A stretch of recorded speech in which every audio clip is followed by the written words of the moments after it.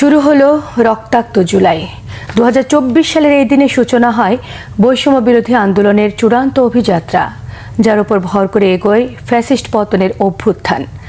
রক্তগঙ্গা পেরিয়ে তৈরি হয় স্বৈরাচারের করুণ পরিণতি। এক মাসের বেশি সময় ধরে চলা রক্তাক্ত এই আন্দোলনের চূড়ান্ত পরিণতি ঘটে ফ্যাসিবাদের পতনের মাধ্যমে। গৌরবময় এই আন্দোলনের সেই গৌরব কতটুকু অক্ষুণ্ণ রাখতে পেরেছেন বিপ্লবীরা? চরম ত্যাগের বিনিময়ে অর্জিত সাফল্য ধরে রেখে মানুষের প্রত্যাশা পূরণে ঐক্যমত্যে জোর দিয়েছেন বিশ্লেষকরা। বিস্তারিত মামুন আবদুল্লাহর রিপোর্টে।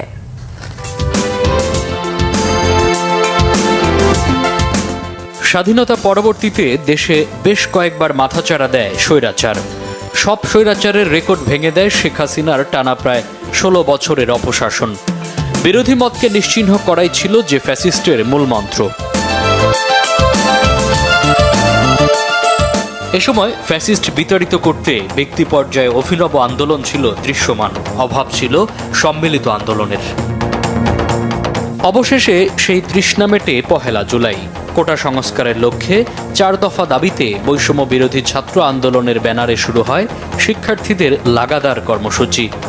2 থেকে 6 জুলাই দেশে ছড়িয়ে পড়ে বিক্ষোভ, মানববন্ধন, অবরোধ সহ দ্রোহের আগুন। আসে বাংলা ব্লকেডের মতো কর্মসূচি। এই কর্মসূচিতে শিক্ষার্থীদের উপর হামলা করে ছাত্রলীগ ও পুলিশের পেটোয়া বাহিনী। 14 জুলাই আন্দোলনরত শিক্ষার্থীরা রাষ্ট্রপতি বরাবর স্মারকলিপি দেয়। এদিনই তখনকার প্রধানমন্ত্রী শেখ হাসিনা আন্দোলনকারীদের রাজাকারের নাতিপুতি নামে তাচ্ছিল্য করেন। তাতে আন্দোলনের আগুনে ঘি ঢালার অবস্থা হয়। তার মানে কি মুক্তিযুদ্ধের সন্তান নাতিপুতিরা কেউ মেধাবী না? যত রাজাকারের বাচ্চারা নাতিপুতি হলো মেধাবী, তাই না? শিক্ষার্থীদেরকে রাজাকারের নাতি বা রাজাকারের সন্তান বলে যখন তুচ্ছতাচ্ছিল্য করেছে, অপবাদ দেবার চেষ্টা করেছে, ঠিক সেই সময়টাতে বাংলাদেশে আওয়ামী লীগের ফ্রেমে যে মুক্তিযুদ্ধের চেতনার কথা, এবং সেই সময়টাতেই আওয়ামী লীগের চেতনার মোড়কে একটা ন্যায্য দাবিকে বানচাল করা, যারা কোটা সংস্কার চেয়েছেন তাদেরকে রাজাকার বলে সেই দাবিকে বানচাল করার যে তাদের ষড়যন্ত্রের জায়গাটা ছিল, সেটা কিন্তু সেই দিনই ভেস্তে যায়। 15 জুলাই সরকার প্রধানের সেই তির্যক বক্তব্য প্রত্যাহারের দাবি জানান বৈষম্য বিরোধী ছাত্র আন্দোলনের অন্যতম সমন্বয়ক নাহিদ ইসলাম। 16 তারিখে আরও তেজি হয়ে ওঠে পরিস্থিতি। সেদিনই পুলিশের গুলিতে শহীদ হন রংপুর বেগম রোকেয়া বিশ্ববিদ্যালয়ের সমন্বয়ক আবু সাইদ। আবু সাইদকে সহ 16 তারিখে আমরা দেখলাম আরও অনেককে শহীদ করা হলো, তাদেরকে বুকে সরাসরি গুলি করা হলো। এটা ছাড়া বাংলাদেশের সকলের মধ্যে আবার একটা দাবানলের মধ্যে ছড়িয়ে পড়ে। এরপর কমপ্লিট শাটডাউনের সাথে চলে সর্বাত্মক অবরোধ।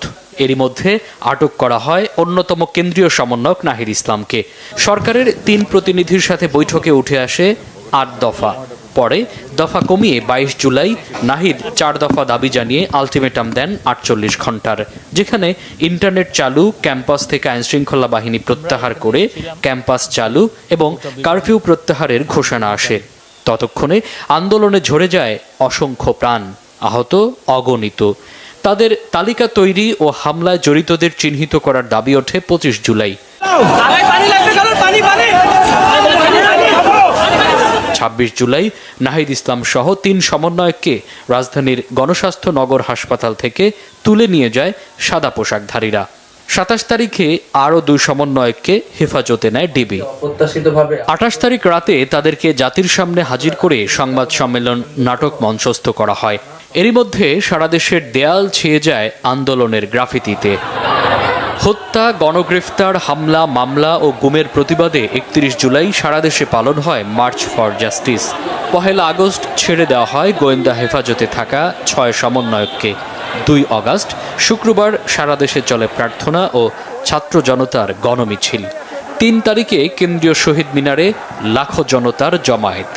সেখান থেকেই আসে অসহযোগ আন্দোলনের রূপরেখা।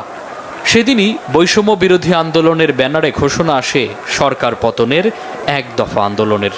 সেই উত্তাল অগাস্টে চারদিক থেকে যখন লাশের খবরে আকাশ বাতাস ভারী হয়ে আসে, তখনই 6 August long march to Dhaka কর্মসূচি ঘোষণা।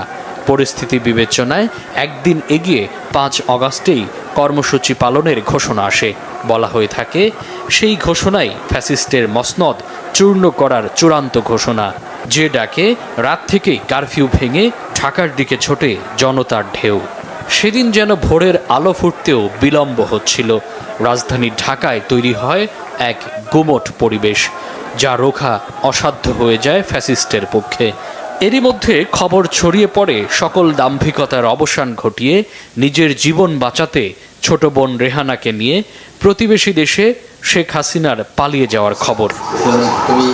এত প্রাণহানি, অঙ্গহানির অর্জন কি এক বছরেও এসেছে? আমাদের যে কাঙ্ক্ষিত বা জনপ্রত্যাশার সেটা কিন্তু এখনো অর্জন হয়নি। ভবিষ্যতে যারা বাংলাদেশের কর্ণধার হবেন, একটা নির্বাচনের মাধ্যমে সরকার পরিচালনার দায়িত্ব লাভ করবেন, আমি মনে করি তাদের এখান থেকে শিক্ষা নেওয়ার দরকার আছে। বিশ্লেষকদের এক কথা, আন্দোলনের সুফল পেতে চাইলে দরকার নিঃশর্ত জাতীয় ঐক্য।